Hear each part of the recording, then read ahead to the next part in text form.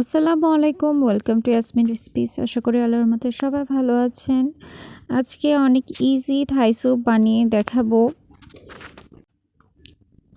তো আমি একটা ফ্রাই প্যানে প্রথমে ডিমের কুসুম নিয়েছি, স্লাইস করা মুরগির মাংস নিয়ে নিব, হাফ কেটে রাখা স্লাইস করা আদা কুচিয়ে নিয়েছি, আমি মরিচ স্লাইস করে কেটে নিয়েছি, গলদা চিংড়ি ছোট ছোট করে পিস করে নিয়েছি। আপনারা চাইলে পুরো একটা বা দুইটা যেমন ইচ্ছে আপনারা দিতে পারেন, বাট আমি কেটে দিয়েছি, এটাতে মজা লাগে বেশি। পরিমাণ মতো লবণ দিয়েছি, হাফ চামচের মতো গুঁড়ো মরিচ, হাফ চামচের মতো গোলমরিচের গুঁড়ো, সামান্য পরিমাণে হলুদ দিয়েছি।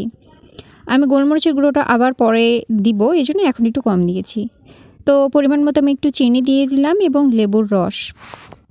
এখানে কর্নফ্লাওয়ার আমি গুলিয়ে নিয়েছিলাম 2 চামচের মতো, সেটা দিয়ে দিলাম। আর tomato sauce, red chilli sauce, soya sauce, vinegar সব কিছু দিয়ে আমি আগে ভালোভাবে মাখিয়ে নিব, কোনো ধরনের যেন দলা না থাকে।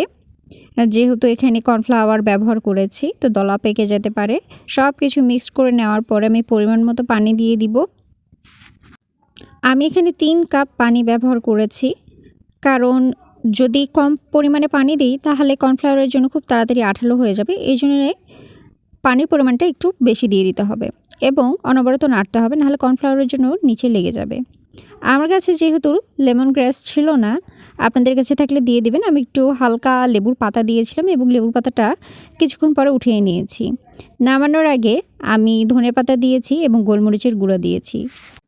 স্যুপটা যেন বেশি গাঢ় না হয়ে যায় সেদিকে খেয়াল রাখবেন, কারণ ঠান্ডা হয়ে গেলে কিন্তু অনেকটা থমথমে হয়ে যাবে, তখন আর ভালো লাগবে না। তো আমি এইভাবে নামিয়ে নিয়েছি হালকা একটু গাঢ় করে। আশা করি এই সহজ রেসিপিটি আপনাদের ভালো লাগবে। কেমন হয়েছে অবশ্যই জানাবেন। সবাই সুস্থ থাকবেন, ভালো থাকবেন। আল্লাহ হাফেজ।